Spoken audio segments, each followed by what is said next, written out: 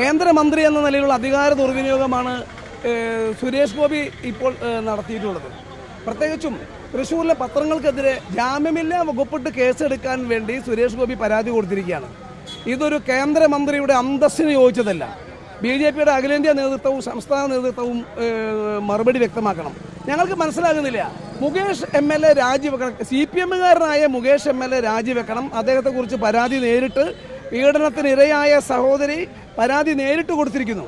അതിന് പേരിൽ അദ്ദേഹം രാജിവെക്കണം എന്ന് പറയുന്നു. അപ്പോൾ അദ്ദേഹത്തിന് വേണ്ടി ജാമ്യം എടുക്കാൻ വേണ്ടി വരുന്നത് BJP MP ആണ്. BJP MPക്ക് വേണ്ടി ജാമ്യം എടുക്കാൻ വരുന്നത് CPMന്റെ മുൻ MLA കാരാട്ട് റസാഖാണ്. ഇത് ഞങ്ങൾ തൃശ്ശൂരിൽ നേരത്തെ പറഞ്ഞിരുന്നു. ഒരു അന്തർധാര CPM BJP അന്തർധാര പറഞ്ഞിരുന്നു. അതിനൊക്കെയാണ് ഞങ്ങൾ സംശയിക്കുന്നത്.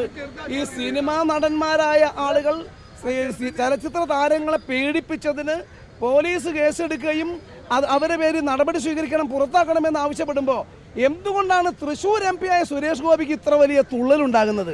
ഒരുപക്ഷെ ഹേമ കമ്മിറ്റി റിപ്പോർട്ടിൽ മാത്രമല്ല, ഹേമ കമ്മിറ്റിയുടെ മുൻപിൽ മൊഴി കൊടുത്ത ഏതെങ്കിലും ചലച്ചിത്ര താരങ്ങളുടെ തങ്ങളുടെ പേര് പരാമർശിച്ചിട്ടുണ്ടോ എന്നുള്ള കുറ്റബോധം സുരേഷ് ഗോപിയെ വേട്ടയാടുന്നുണ്ടോ എന്ന് സംശയിക്കേണ്ടിയിരിക്കുന്നു.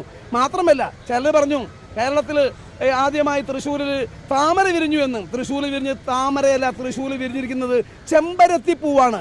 തൃശ്ശൂരിൽ ഈ ചെമ്പരത്തിപ്പൂവും തലയിൽ വെച്ച് ചെവിയിൽ വെച്ച് വരി പലരും നടക്കേണ്ടി വരും. ഈ ചെമ്പരത്തിപ്പൂവിനെ പേറിയവർ, ഈ പേറാൻ ഇടയാക്കിയവർ, അവരിതിൻ്റെ പീഡാനുഭവങ്ങൾക്ക് മറുപടി പറയേണ്ടി വരും. തൃശ്ശൂരിന് ഏറ്റവും വലിയ ക്ഷീണമായിരിക്കുകയാണ് സുരേഷ് ഗോപി മാധ്യമങ്ങൾക്കെതിരെ നടത്തിയ ഈ കയ്യേറ്റവും അവർക്കെതിരെ കൊടുത്ത കേസും. ഗവൺമെൻറ് ഗസ്റ്റ് ഹൗസായ രാമനിലയത്തിൽ കേന്ദ്രമന്ത്രിയെ മാധ്യമങ്ങൾ സമീപിക്കുന്നതിൻ്റെ ദൃശ്യം ഞങ്ങളെല്ലാവരും കണ്ടതാണ്. ആ ഒരു ദൃശ്യത്തിലും തൃശ്ശൂരിൽ ഒരു മാധ്യമപ്രവർത്തകന്മാരും മന്ത്രിയെ തടസ്സപ്പെടുത്താനോ മന്ത്രിയുടെ യാത്ര തടസ്സപ്പെടുത്താനോ ശ്രമിച്ചിട്ടില്ല. ദൃശ്യങ്ങളിൽ നമുക്ക് ബോധ്യമാകും. ആ നേരത്ത് ചോദ്യത്തിന് ഉത്തരം പറയാതെ പ്രത്യേകിച്ചും BJPയുടെ സംസ്ഥാന പ്രസിഡന്റ് സുരേന്ദ്രനോടുള്ള കലിപ്പ് തൃശ്ശൂരിലെ മാധ്യമങ്ങളോട് തീർത്തതാണോ എന്നറിഞ്ഞുകൂടാ. മറ്റൊരു കലിപ്പ്, ഹേമ കമ്മിറ്റിയുടെ മൊഴി കൊടുത്ത ചില ചലച്ചിത്ര നടികൾ തങ്ങളുടെ പേരൊക്കെ അതിൽ പരാമർശിച്ചിട്ടുണ്ടോ എന്നുള്ള ഈ അപകർഷതാബോധം, അതിൻ്റെ ഒരു വ്യാധി, അതിൻ്റെ ആശങ്ക, അതൊക്കെ ഉണ്ടാക്കിയിരിക്കുന്ന കോംപ്ലക്സ് ആണോ എന്ന് അറിഞ്ഞുകൂടാ.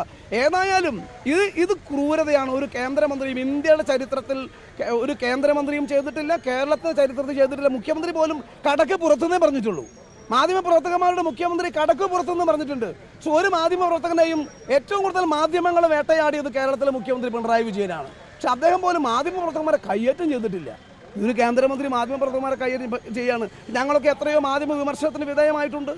എത്രയോ തവണ മാധ്യമങ്ങൾ ഞങ്ങളൊക്കെ വിമർശിച്ചിട്ടുണ്ട്. ജനപ്രതികളായിരിക്കുമ്പോഴും പൊതുപ്രവർത്തകന്മാരായിരിക്കുമ്പോഴും സ്വാഭാവികമാണ്. ജനാധിപത്യത്തിൻ്റെ ഫോർത്ത് എസ്റ്റേറ്റാണ് മീഡിയ.